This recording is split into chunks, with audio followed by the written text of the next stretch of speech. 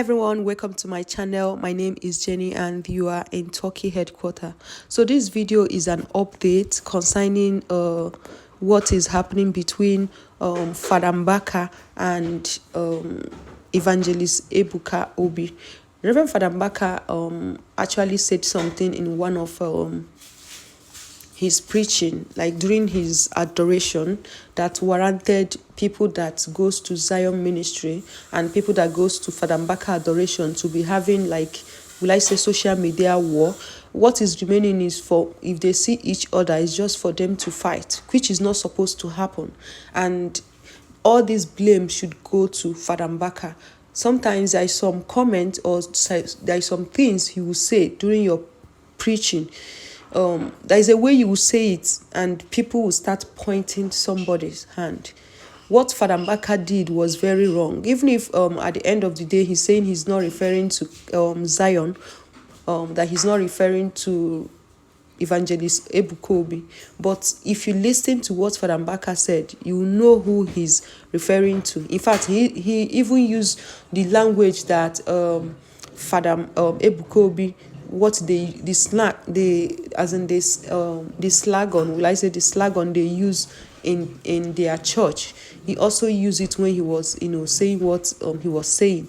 Those kind of preaching is what causes war between two churches. And the funny thing and the saddest part of it is these are two people, like Catholic people. Reverend Father Mbaka was actually the person that blessed Ebuka Obi, and washed his leg, blessed him, did, a lot of things. They know each other, you understand? The person that blesses him. And whenever Brother Ebuka Obi is preaching, he's always saying that Father Mbaka is his role model. Even when Father Mbaka had problem with the government and the bishop, he was the person that always saying that please they should bring Father Mbaka back. Reverend Father Mbaka, that time they took him to, I think they took him to a monastery in America. He stayed for maybe like a year or 2 years before he came back, and his ministry was locked. Evangelist Ebuka Obi has been, like, always his preaching, he will tell his congregation to pray for Father Mbaka, and all those things. He has never said anything bad about Father Mbaka, even up to this moment. Even with those things that Father Mbaka said, he has never said any single bad thing about Father Mbaka. You understand? To show you that he has respect for him. A lot of people were disappointed because of what Father Mbaka said. But right now, they're saying that there is peace talk. Even though there is Reverend Father Mbaka has not come out to untalk what he said before. But people are still saying that people has reached out to, Father Mbaka, and, they tell him that those words he used, those things he said, he's not supposed to say it. That he knows that already Evangelist Ebuka Obi is under attack. Like, a lot of people are using his name to say so many bad things on social media. So for him to now come and say this one, they will not say, you see, Father Mbaka has said it. So that means what they have been saying is true. Them saying that Evangelist Ebuka Obi is doing arranging miracle. Let me ask Father Mbaka this question. How will he feel if someone, Evangelist Ebuka Obi, in one of his, maybe during one of his church, he will now say that Father Mbaka is doing arranging miracle? How will Father Mbaka feel? Sometimes when there is some words you use on people, just you need to sit down a little and think, if this person used such words on you, how will you feel? A lot of people were sad, including me. I was highly disappointed because it's not supposed to be so. They are not doing competition. Evangelist Ebuka Obi is way back in Lagos State, Nigeria, while Reverend Father Mbaka is in Enugu State, Nigeria. They are in different states. People goes to Adoration ministry. People in Lagos goes to Evangelist Ebuka Obi. They worship the same God. They do everything. Like, I don't know what really happened. I think maybe people that knows Father Mbaka are feeding him with lies about Evangelist Ebuka Obi. As a father or as a mentor, what Reverend Father Mbaka supposed to do was to call Evangelist Ebuka Obi on phone and said, "Oh, my son, look at what I had. I heard you are doing arranging miracle now. Please, if it's what you are doing, stop it." Or you ask him first and hear from him. Then you listen to him. We already know before when people were attacking Father Mbaka, I know maybe where he was that time, he will be feeling it.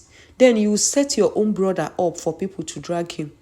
He already knows that a lot of people, like, they want the downfall of Zion ministry every day, like both people on social media or both people from all corners of the world. They want something they will pin on him. Then you that he took as a mentor and as a father, you that he respects so much, will be the one will now come and be saying for Charafancha, this one, like a lot of things that he said, which is not supposed to be. Sometimes when you are doing your preaching, one thing I notice about some men of God in Nigeria, even Reverend Fathers, they should preach more about salvation, not you divert from what you're supposed to say and be talking about other pastors or other Reverend Fathers or other Reverend Sisters or other churches. Preach to the congregation about salvation, about repentance, then you pray for them. You encourage them. That's what Nigerians need so much. They don't need you to come to church and be telling them how another pastor or another brother or another church is doing a arranging miracle. It's not what they need. If they really want to go to Father Ebuka Obi, you will see them in your church. They won't come to Adoration Ministry. So since they are there, what they needed was for you to tell them about Christ, right? That is what they are there for. They came to church. They did not come to church for to gossip or to talk about people. They came there for you to tell them about Christ, for you to lead them to Christ.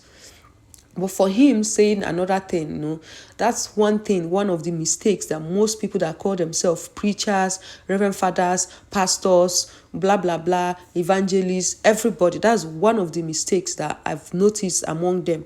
They like to use other pastors, other Reverend Fathers, other Reverend Sisters, other men of God to shine in their church. But if that same person you are talking about talked about you in your church, you feel so bad. You know that it hurts. So this Father Mbaka and Reverend Father Mbaka and Evangelist Ebuka Obi's wahala is just I'll call it nonsense, because they've not quarreled before, they've not done anything. Like, the thing is just nonsense. And I'm also urging people from Zion Ministry and people that goes to Adoration Ministry to cease fire. They are not in any competition. They are just like brothers. I don't know why they are dragging each other. They should let go. It's not everything they will come on internet or social media and be dragging. It's like, there is a lot of people that goes to Zion. The way they defend Evangelist Ebuka Obi, I know it's very, very good, but sometimes they overdo it, and you'll be asking yourself, are these people Christians? What are they going to church to learn? What are they learning there? Then some people that call themselves Adoration Ministry people that goes to Father Mbaka's own, they will be defending Father Mbaka and they will be talking nonsense and you'll be asking yourself, are these people, are they really Christians? You will never see Muslims come online and be dragging each other. They might fight in their house, you won't know. They will never. I've never seen any Muslim cleric, I think is what they call them, or any Muslim pastor, I don't know what they call them. You can never see them on the internet or on social media dragging each other. No, it's always Christians, pastors, Christians dragging fellow Christians, pastors dragging fellow pastors, Reverend Father dragging fellow Reverend Father, man of God dragging fellow man of God, evangelist dragging fellow evangelist, prophetess dragging fellow. It's only them. I've never ever seen Muslims dragging each other on social media since I was born. It's always Christians. You see one pastor will bring a microphone, and instead of him to preach, he starts talking down on Reverend Fathers. He starts saying this, that. You see another Reverend Father that wants to preach. He'll start talking about Pentecostal churches. Why not preach to your congregation than bringing churches? That's one thing that bring problem between Christians. If their pastors, if their reverend fathers are not talking about those churches, there will never be Christianity war on social media. There will never be something like that. But since Reverend Father will come and talk, Reverend pastors will come and take their own, then members will carry, they will come to social media and start fighting each other with words. While Reverend Fathers and pastors will be at their house relaxing, they don't know what is happening. They just send you, just like politicians send all those their boys. That is the same thing. The only difference is these ones are politicians and these ones are Christians. But I really thank God that now they are trying to make peace, and I hope it worked for them. So if you are a Zionite or if you are an Adoration Ministry member, please cease fire. Stop so that the thing will not linger. Thank you so much for watching, and I'll see you on my next video. Bye.